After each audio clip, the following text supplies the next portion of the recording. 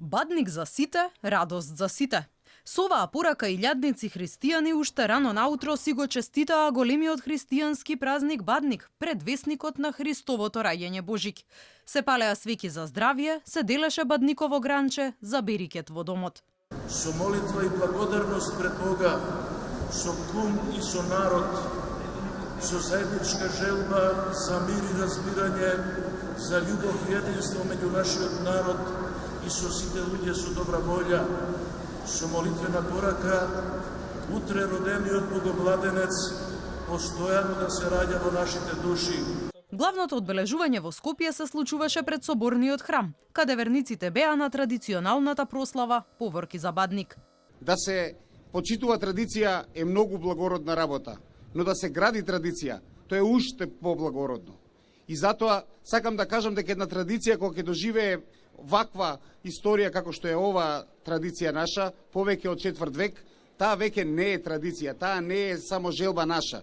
Тоа е дел од општите народни обичаи, таа станува дел од народот. Друженијето за прослава на Бадник во Скопје, оваа традиција е скоро 3 деценија возобнови, знаејќи дека со историја и традиција се брани националниот идентитет на македонскиот народ. Бадник е ден кога христијаните преку постот духовно се подготвуваат за раѓањето на Спасителот. Трпезата треба да е скромна, а прославата да биде во домот и со најблиското семејство, порачуваат од Македонската православна црква. Ете, заедно дома со семејството, нели, да го продолжиме славието на Бога и очекувањето на Спасителот на светот.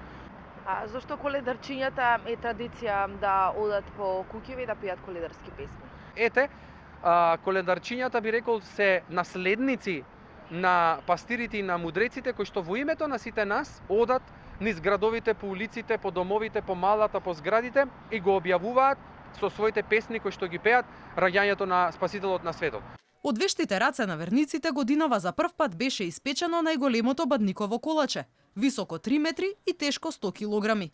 За најмалите, дечињата коледарчиња кои ја предводеа поворката до храмот Свети Климент Охридски, беа послужени 5000 мали колачиња кои го символизираа раѓањето на Исус. Ќе се поделат колачињата на малите дечиња, ќе се кој сака може да го види во живо, да види како изгледа тазе направено. Благодарение на тимот готвачи кои што го спремаа Джиновското колаче, тие подготвија и околу 5000 мали бадникови колачиња кои што всушност го символизираат Христос, односно бебето Христос. Тие ќе им бидат поделени на сите оние кои што ќе дојдат тука, но исто така и за најмладите, односно за дечињата кои што ќе дојдат на поворката, како и секоја година така и ова им спремивме и пригодни пакетчиња за нивна радост и за поголема радост на сите нас.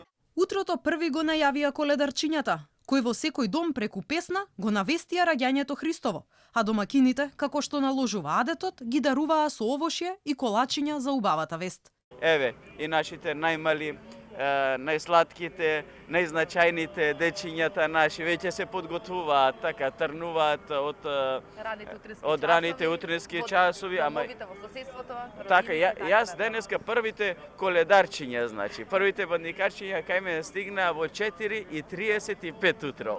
Песната Вечниот Бог го развесели и студиото на телевизија Алфа.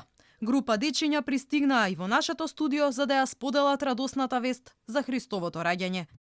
Вечниот Бог слезе и во дева се всели. Свет, свет, свет си пресвет Господи. Православните верници вечерва ќе седнат на постна трпеза во кругот на семејството, за да го одбележат последниот ден од строгиот Божикен пост. Традиционално се крши лепче со паричка, а се верува дека оној кај кој ќе се падне паричката, ќе го прати среќа во текот на целата година.